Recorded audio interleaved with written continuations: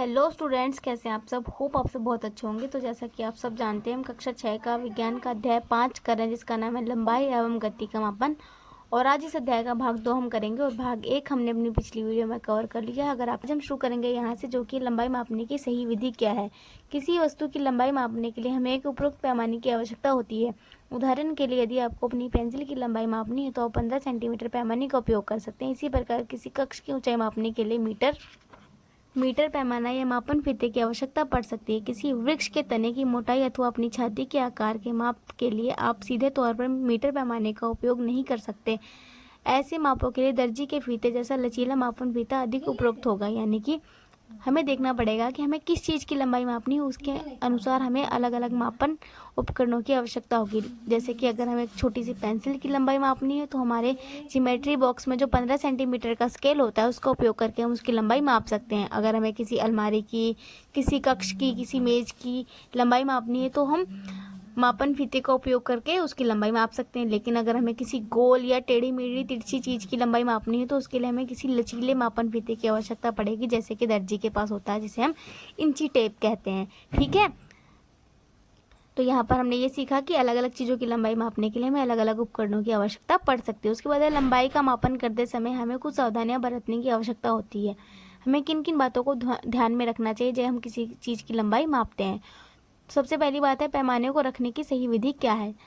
पैमाने को वस्तु के संपर्क में इसकी लंबाई के अनुदिश या साथ साथ रखें, जैसा कि चित्र 5.4 में दिखाया गया है। अगर हम किसी चीज़ की लंबाई माप रहे हैं तो उसके लिए हमें पैमाना और वो वस्तु दोनों बिल्कुल सीध में एक साथ एक सही तरीके से रखना चाहिए। जैसे कि यहाँ पर रखा हुआ है, ये हमारा पैमाना और ये हमने कोई वस्तु रखी है जो कि पैमाने के बिल्कुल सीध में रखी हुई है, और यहाँ पैमाना भी उल्टा उल्टा जा रहा है और ये भी अलग साइड में जा रही है।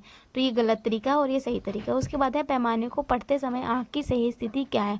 उदाहरण के लिए, यदि आप एक पेंसिल को पैमाने के साथ संरेखित कर उसका माप लेने का प्रयास कर रहे हैं तो आपकी आँख की स्थिति पेंसिल की नोक चित्र 5.5 के ठीक ऊपर होनी चाहिए। यानी कि अगर हम किसी चीज़ की लंबाई माप रहे हैं तो उसके लिए हमें पैमाना बिल्कुल सीधा रखना चाहिए, और जिस चीज़ की लंबाई माप रहे हैं उस वस्तु को उस पैमाने के बिल्कुल सीधे में रखना चाहिए। और तीसरी चीज़, हमें अपनी जो दृष्टि है, हमारी नज़र है, वो उस चीज़ की बिल्कुल सीधे में रखनी चाहिए जहाँ पे वो चीज़ ख़त्म हो रही है। जैसे कि ये पेंसिल यहाँ से शुरू होकर यहाँ ख़त्म हो रही है, तो हमें अपनी नज़र इसके बिल्कुल सीधे में रखनी चाहिए ताकि हम इसका सही माप पता कर पाएँ।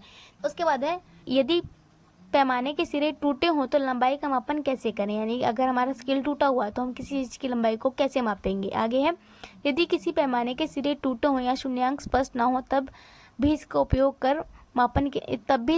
मापन के लिए किया जा सकता है। ऐसे पैमाने के लिए किसी अन्य पूर्णांक जैसे कि 1.0 सेंटीमीटर का उपयोग कर सकते हैं। इसके उपरांत आपको दूसरे सिरे का पाठ्यांक से इस पूर्णांक के पाठ्यांक को घटाना चाहिए। उदाहरण के लिए, चित्र 5.6 में एक सिरे का पाठ्यांक 1.0 सेंटीमीटर तथा दूसरे सिरे का पाठ्यांक 10.4 सेंटीमीटर तथा किसी वस्तु की लंबाई 10.4 सेंटीमीटर घटा 1.0 सेंटीमीटर बराबर है 9.4 सेंटीमीटर के। अब इसको देखो, यहाँ क्या समझाने की कोशिश कर रहे हैं कि जैसे हमारा स्केल है, ये टूटा हुआ है, यानी कि हमें पता है हमारा स्केल जो होता है वो 0 से शुरू होकर 15 सेंटीमीटर पर ख़त्म होता है, लेकिन यहाँ हमारा स्केल टूटा हुआ है। और दूसरी बात, हमें ये पता होना चाहिए कि 0 से लेकर 1 के बीच की दूरी होती है 1 सेंटीमीटर। उसी तरीके से 1 से 2 के बीच की दूरी भी 1 सेंटीमीटर होती है। यानी जितने भी अक्षर यहाँ लिखे हुए हैं उन सब के बीच की दूरी जो है वो 1 सेंटीमीटर है। उसी तरीके से 6 और 7 के बीच की दूरी भी 1 सेंटीमीटर होगी। और 1 सेंटीमीटर कितने मिलीमीटर के बराबर होता है, ये 1 सेंटीमीटर बराबर होता है 10 मिलीमीटर के। ठीक है, तो यहाँ पर आ जाते हैं दोबारा से कि मान लो यहाँ पर 0 होगा और 0 से 1 के बीच की जो दूरी होगी वो रही होगी 1 सेंटीमीटर। ठीक है, उसके बाद दोबारा से मापते हैं हम यहाँ से 1 से लेके 10 और 10 के बाद 4 डंडे और लगे हुए, यानी कि 10.4 सेंटीमीटर ये दूरी हो जाएगी। ठीक है, और यहाँ पर हमारा बचा था 1 सेंटीमीटर, तो हम इसको घटाएंगे 10.4 सेंटीमीटर में से 1.0 सेंटीमीटर, तो हमारे पास सही उत्तर आ जाएगा 9.4 सेंटीमीटर। इस तरीके से हम किसी टूटे हुए पैमाने का उपयोग करके सही लंबाई माप सकते हैं। ठीक है, उसके बाद दृष्टिबाधित विद्यार्थी लंबाई का मापन कैसे करते हैं। वे उभरे अंकन बिंदु वाले पैमाने का उपयोग करते हैं जिन्हें स्पर्श से महसूस किया जा सकता है। यानी कि जो बच्चे देख नहीं सकते या अंधे होते हैं, जो ब्लाइंड पर्सन होते हैं, वो किस तरीके से लंबाई को मापते हैं, तो उनके जो पैमाने होते हैं वो इस तरीके से होते हैं, और उनके पैमानों पर जो अक्षर लिखे होते हैं 1 2 3 और दूसरी भाषा में भी लिखे होते हैं जिनको हम ब्रेल लिपि भाषा कहते हैं, उसमें भी अक्षर लिखे होते हैं और उभरे हुए होते हैं, और उसको छूकर महसूस कर कर किसी चीज़ की लंबाई का मापन करते हैं। उसके बाद यहाँ पर आपके लिए क्रियाकलाप है जो कि आप खुद करेंगे, जो कि है 5.1। आइए मापन करें। लंबाई मापने के लिए अपने आसपास की कुछ वस्तुएं लीजिए, जैसे कंघा, पेन, पेंसिल और एक रबड़ या इरेजर, जिसको हम अंग्रेजी में कहते हैं। मीटर पैमाने से उसकी लंबाई का एक एक करके मापन कीजिए और उसे तालिका 5.2 में लिखिए। अपने आसपास की जो छोटी मोटी चीज़ें उनको इकट्ठा करो और अपने इस तरीके के स्केल का यूज़ करके उनका माप लिखो। यहाँ पर चीज़ों के नाम लिखोगे, जैसे पेंसिल, रबड़, शार्पनर और ज्योमेट्री बॉक्स, और देखोगे उसको माप के कि वो कितने सेंटीमीटर लंबी है। ठीक है, ये आप अपने आप करेंगे। उसके बाद है लंबाई लिखते समय मात्रक लिखना ना भूलें। अतः आपके परिणाम के 2 भाग होंगे, एक भाग अंक व दूसरा भाग मापन का मात्रक। जैसा कि हमने पहले पढ़ा था कि हम किसी चीज़ की लंबाई माप रहे हैं तो वो मीटर में होती है, सेंटीमीटर में होती है, बालिशत में होती है। तो किसी चीज़ की लंबाई लिखते समय हमें दोनों चीज़ों को लिखना बहुत ज़रूरी होता है। जैसे हम 4 सेंटीमीटर लिख रहे हैं, तो अगर हमें किसी चीज़ की लंबाई 4 सेंटीमीटर आई है तो हमने सिर्फ 4 लिख दिया, तो किसी को कैसे पता चलेगा 4 क्या, 4 मीटर, सेंटीमीटर, किलोमीटर क्या। तो इसलिए हमें मात्रक लिखना बहुत ज़रूरी होता है। उसके बाद है आपकी कक्षा में आपके कुछ मित्रों ने भी उन्हीं वस्तुओं की लंबाई मापी होगी जिनका आपने मापन किया है। आपके द्वारा मापी गई वस्तु की लंबाई की तुलना अपने मित्रों द्वारा मापी गई वस्तु की लंबाई से करें। क्या मापी गई लंबाई समान है या थोड़ी भिन्न? यदि समान नहीं है तो भिन्न भिन्न होने के संभावित कारणों पर चर्चा करें। हो सकता है उसने किसी और तरीके से देख लिया हो, या उसका पैमाना टूटा हो, या मेरा पैमाने में कोई गड़बड़ी हो, या मैंने गलत अक्षर देख लिया हो। तो ये छोटी मोटी गलतियां हो सकती हैं। उसके बाद है मात्रकों के प्रतीक हिंदी में वही रहते हैं जो अंग्रेजी में लिखते हैं। अतः किलोमीटर का संकेत km, मीटर का m, सेंटीमीटर का cm एवं मिलीमीटर का mm लिखा जाएगा। ध्यान दें कि इन संकेतों का पहला अक्षर अंग्रेजी वर्णमाला का छोटा अक्षर ही होता है, यानी कि हम km, किलोमीटर को लिखने के लिए बड़ा K और बड़ा M नहीं लिखेंगे, हमेशा छोटा K और छोटा M लिखेंगे। छोटी ABCD का K, छोटी ABCD का M। उसी तरीके से मीटर को दर्शाने के लिए स्मॉल m, सेंटीमीटर को दर्शाने के लिए स्मॉल c और स्मॉल m। उसी तरीके से मिलीमीटर को दर्शाने के लिए स्मॉल mm। ठीक है, जब तक ये अक्षर वाक्य के आरंभ में न आ रहे हों, मात्रक और उनके संकेतों में के बहुवचन नहीं होते, इसलिए इनके अंत में एस नहीं लगता। मात्रक के संकेत के अंत में बिंदु का चिन्ह भी नहीं लगाया जाता। लंबाई का मान लेते समय संख्या और मात्रक के बीच में स्थान छोड़ा जाता है, यानी कि इनको लिखने, हिंदी में जब हम कोई वाक्य लिखते हैं उसके बाद हम पूर्ण विराम लिखते हैं। हिंदी और इंग्लिश में अगर हम कोई वाक्य लिखते हैं तो उसके बाद हम फुल स्टॉप लगाते हैं, लेकिन जब हम मात्रक लिखते हैं तो उसके बाद कोई पूर्ण विराम, कोई फुल स्टॉप नहीं लगाया जाता। और ये इंग्लिश में भी सेंटीमीटर है, हिंदी में भी सेंटीमीटर ही रहेगा। और जैसे किलोमीटर है तो एक है तो आप सोचो कि किलोमीटर है, और अगर आप 5 किलोमीटर तो आप सोचो कि किलोमीटर्स लिख दूं। ऐसा नहीं होता है। इन मात्रकों के कभी बहुवचन नहीं होते, इनका हमेशा एक वचन ही रहता है, और इनके अंत में एस भी नहीं लगाया जाता और स्मॉल लेटर्स में लिखे जाते हैं। अगर ये वाक्य के शुरुआत में आ रहे हैं तो ये कैपिटल में लिखे जा सकते हैं। ठीक है, और इनकी जो संख्या और इन मात्रकों को जब लिखा जाता है तो इसके बीच थोड़ा सा गैप छोड़ा जाता है। जैसे 50 सेंटीमीटर, तो यहाँ 50 और सेंटीमीटर इनके बीच थोड़ा सा हमने गैप छोड़ा है, थोड़ा सा स्थान छोड़ा है। उसके बाद है किसी वक्र रेखा की लंबाई मापना। अनीश और उसके माता पिता ने घर के उत्सव के अवसर पर सजावट के लिए विद्युत बल्बों की लड़ी लगाई, जैसा कि चित्र 5.7 में उन्होंने लड़ी की आवश्यक लंबाई को कैसे मापा होगा। वक्र रेखा की स्थिति में लचीले मापन फीते या धागे का उपयोग कर मापन किया जा सकता है, जैसे कि चित्र 5.8 में प्रदर्शित किया गया। इसके बाद धागे को सीधा किया जा सकता है और मीटर पैमाने का उपयोग कर उसकी लंबाई को मापा जा सकता है। यानी कि अगर ऐसी टेढ़ी मेढ़ी या तिरछी जगहों की लंबाई हमें पता करना है कि यहाँ पर कितने सेंटीमीटर या कितने मीटर लड़ी की आवश्यकता होगी, तो उसके लिए हम इस तरीके के लचीले फीते का उपयोग कर सकते हैं, इंची टेप का प्रयोग कर सकते हैं, और ऐसे ऐसे इसको घुमा के देख लेंगे। फिर हम उसको सीधा करके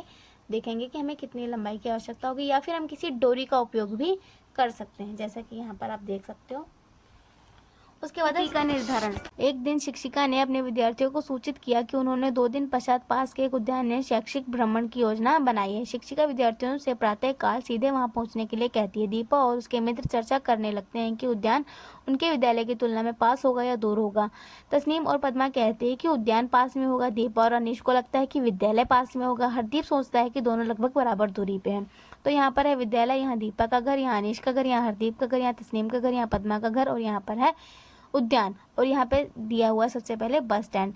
तो अगर हम दीपा के घर से और अनीश के घर से देखें तो उन दोनों को विद्यालय ज़्यादा पास पड़ेगा और उद्यान दूर पड़ेगा। लेकिन अगर हम तस्नीम और पद्मा को के घर से देखें तो उन दोनों को उद्यान ज़्यादा पास पड़ेगा और विद्यालय दूर पड़ेगा। लेकिन अगर हम हरदीप के घर से देखते हैं तो उसको विद्यालय भी उतनी ही दूरी पे पड़ेगा और उद्यान भी उतनी ही दूरी पे पड़ेगा। तो ये सभी बच्चे सही कह रहे हैं अपने अपने घरों के हिसाब से, यानी कि अगर वो अपने अपने घरों से उन सब चीज़ों की दूरी को माप रहे हैं तो वो अपने अपने हिसाब से सही कह रहे हैं। आप क्या सोचते हैं कौन सही है? सभी सही हैं। तब उनका प्रेक्षण भिन्न भिन्न क्यों है? क्योंकि वे विद्यालय और उद्यान की दूरी का अनुमान अपने अपने घरों से कर रहे हैं, यानी अपने अपने घरों के हिसाब से वो देख रहे हैं कि विद्यालय ज़्यादा दूर है या उद्यान ज़्यादा दूर होगा। इसके विपरीत यदि उन्होंने एक ही वस्तु या स्थान से दूरी के बारे में सोचा होता तो उनका प्रेक्षण समान आता है। अगर वो अपने अपने घरों से तुलना करने के बजाय वो एक जगह पर इकट्ठे होकर फिर तुलना करते कि उद्यान ज़्यादा दूर है या विद्यालय ज़्यादा दूर होगा, तो उनके जो उत्तर आते वो समान आते। ठीक है, यानी मान लो अगर वो अपने अपने घरों से उद्यान नहीं जा रहे होते, उन सबको उनके विद्यालय अध्यापिका ने एक बस स्टैंड पे इकट्ठा किया होता और वहाँ से वो उनको उद्यान लेके जा रही होती, तब वो नापते, तब वो पाते कि उनके बस स्टैंड से उनके विद्यालय की दूरी एक समान थी उन सभी की, और बस स्टैंड से उनके उद्यान की दूरी भी एक समान थी सबकी। ठीक है, उसके बाद है किसी वस्तु की दूरी का निर्धारण किसी नियत वस्तु या बिंदु के सापेक्ष किया जाता है। इस बिंदु को संदर्भ बिंदु कहते हैं, यानी कि किसी चीज़ की दूरी को मापने के लिए हम एक मूल बिंदु लेते हैं और उसके तुलना में हम बाकी सभी चीज़ों की दूरियों को मापते हैं। कुछ दिन पश्चात हरदीप उत्साहपूर्वक अपने मित्रों से कहता है, आओ हम सभी खेल के मैदान में चलते हैं। खेल शिक्षिका चाहती हैं कि हम खेल दिवस के लिए चूना पाउडर से रेखाएं खींचकर कबड्डी कोर्ट बनाने में उनकी सहायता करें। पद्मा कहती है, हमें अधिक लंबाई के लिए मापन फीते की आवश्यकता होगी, इसे खेल कक्ष से ले लेते हैं। दीपा कहती है, आओ सबसे पहले मैदान में एक ऐसा बिंदु चिन्हित कर लें जहां से हम रेखाएं खींचने के लिए दूरी मापेंगे। इस बिंदु को हम अपना संदर्भ बिंदु कहते हैं, यानी कि उन्होंने एक ऐसा बिंदु ले लिया, एक ऐसा पॉइंट ले लिया जहां से वो बाकी सभी रेखाओं को खींचेंगे, और जिस बिंदु को उन्होंने माना है उसको हम कहते हैं संदर्भ बिंदु, यानी कि इस बिंदु के तुलना में बाकी सभी रेखाएं वो खींचने वाले हैं। उसके बाद कुछ दिन पश्चात पद्मा बस में अपने नाना नानी जी से मिलने के लिए दिल्ली जा रही है। दिल्ली पहुंचने के लिए वह बहुत उत्सुक है और सड़क के किनारे लगे किलोमीटर सूचक पत्थरों को पढ़ रही थी। 1 किलोमीटर सूचक पत्थर पर दिल्ली 70 किलोमीटर लिखा था। इसके पश्चात अगले किलोमीटर सूचक पत्थर पर दिल्ली 60 किलोमीटर लिखा था। प्रत्येक क्रमागत किलोमीटर सूचक पत्थर यह इंगित कर रहा था कि वह अपने नाना नानी जी के घर के निकट पहुंचती जा रही है। किलोमीटर सूचक पत्थर दिल्ली से उसकी दूरी को इंगित कर रहे हैं। अतः इस परिस्थिति में दिल्ली संदर्भ बिंदु है, यानी कि एक फिक्स्ड पॉइंट है। दिल्ली को हमने एक मूल बिंदु मान लिया, उसके हिसाब से हम तुलना कर रहे हैं कि वो दिल्ली से कितने दूर है। दिल्ली से 70 किलोमीटर दूर है, दिल्ली से 60 किलोमीटर दूर है, दिल्ली से 50 किलोमीटर दूर है, इस तरीके से, यानी कि दिल्ली को हमने एक मूल बिंदु मान लिया है, संदर्भ बिंदु मान लिया, और उसके हिसाब से बाकी सभी चीज़ों की हम तुलना कर रहे हैं। यदि किलोमीटर सूचक पत्थर 70 किलोमीटर दर्शाता है, जैसा कि चित्र 5.13 में दिखाया गया है, तो हम कह सकते हैं कि पद्मा की स्थिति दिल्ली से 70 किलोमीटर दूरी पर है। जब किलोमीटर सूचक पत्थर दिल्ली से 60 किलोमीटर लिखा होता है तो पद्मा की स्थिति दिल्ली से 60 किलोमीटर दूरी पर होती है।